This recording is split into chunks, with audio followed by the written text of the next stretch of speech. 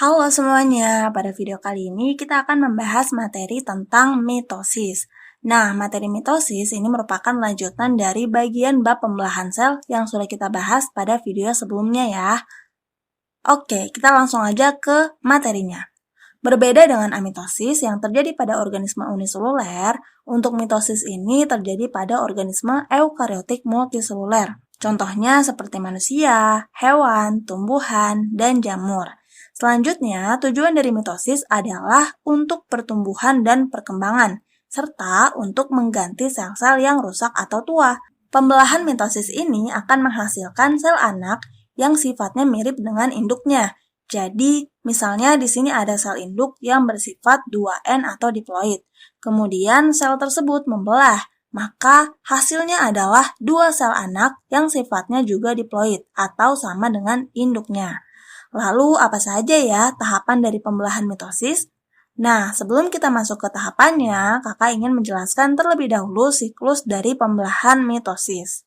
Siklus pembelahan mitosis terdiri dari dua fase, yaitu interfase dan mitotik.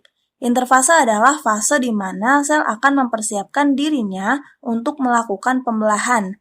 Kemudian, setelah interfase, sel akan melakukan tahap mitotik atau fase mitotik. Fase mitotik itu adalah fase ketika sel mulai membelah. Kita bahas interfase terlebih dahulu ya. Jadi, interfase itu terdiri dari 3 tahap. Ada tahap gap 1 atau G1, ada sintesis atau S, dan ada gap 2 atau disingkat G2. Pada tahap gap 1 terjadi pertumbuhan primer, di mana pada pertumbuhan primer ini ukuran sel akan membesar. Kemudian, organel yang ada di dalam sel akan diduplikasi. Dan pada tahap ini juga terjadi sintesis protein. Tahap gap 1 ini merupakan tahap terlama pada siklus sel, yang memakan sekitar 6-12 jam. Setelah selesai di tahap gap 1, selanjutnya sel akan memasuki tahap S atau sintesis. Pada tahap ini, terjadi replikasi DNA, juga replikasi dari organel yang bernama sentrosom. Fase ini berlangsung sekitar 6-8 jam. Setelah selesai dari tahap sintesis, selanjutnya sel akan masuk ke tahap gap 2. Pada tahap ini, terjadi pertumbuhan sekunder, yaitu sel akan lebih membesar lagi, kemudian terjadi duplikasi organel dan juga sintesis protein. Fase G2 ini memakan waktu sekitar 3-4 jam. Oke, itulah ketiga tahap interfase. Jadi, intinya, tahap interfase adalah tahap di mana sel mempersiapkan dirinya untuk membelah. Persiapan yang dilakukan sel itu adalah memperbesar ukuran serta memperbanyak isinya. Nah, setelah selesai di tahap interfase, selanjutnya sel akan memasuki fase mitotik yang terdiri dari mitosis dan sitokinesis. Mitosis terdiri dari beberapa tahap, yaitu profase, metafase, anafase, dan telofase. Selanjutnya, setelah selesai tahap mitosis, sel akan lanjut ke tahap sitokinesis. Oh iya, pada beberapa sel terjadi tahap tambahan juga nih, yaitu tahap G0. Pada tahap ini, sel tidak membelah, tapi aktif secara metabolik. Ada beberapa alasan kenapa sel melakukan tahap G0. Salah satunya adalah ketika sel kekurangan nutrisi.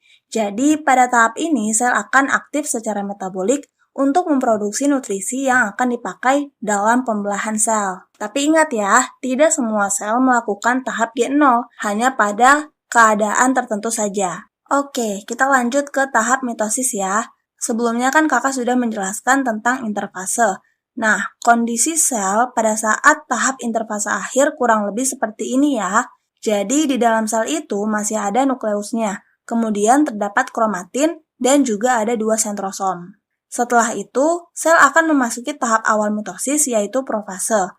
Pada tahap profase ini, nukleus sudah mulai menghilang, lalu kromatin akan memadat membentuk kromosom yang terdiri dari 2 kromatid saudara.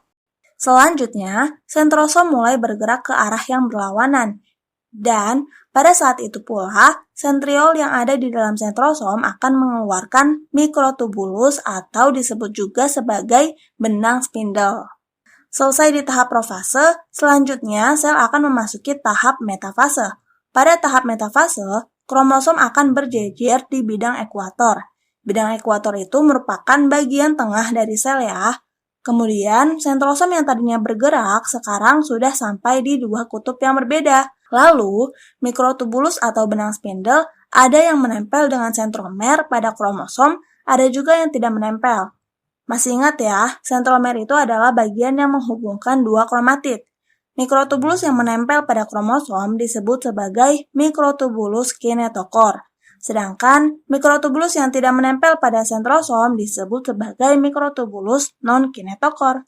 Selanjutnya, sel akan memasuki tahap anafase. Pada tahap anafase, mikrotubulus kinetokor akan memendek sehingga menarik kromosom dan kromosomnya terbelah menjadi dua. Dan masing-masing kromatid akan bergerak ke arah yang berbeda.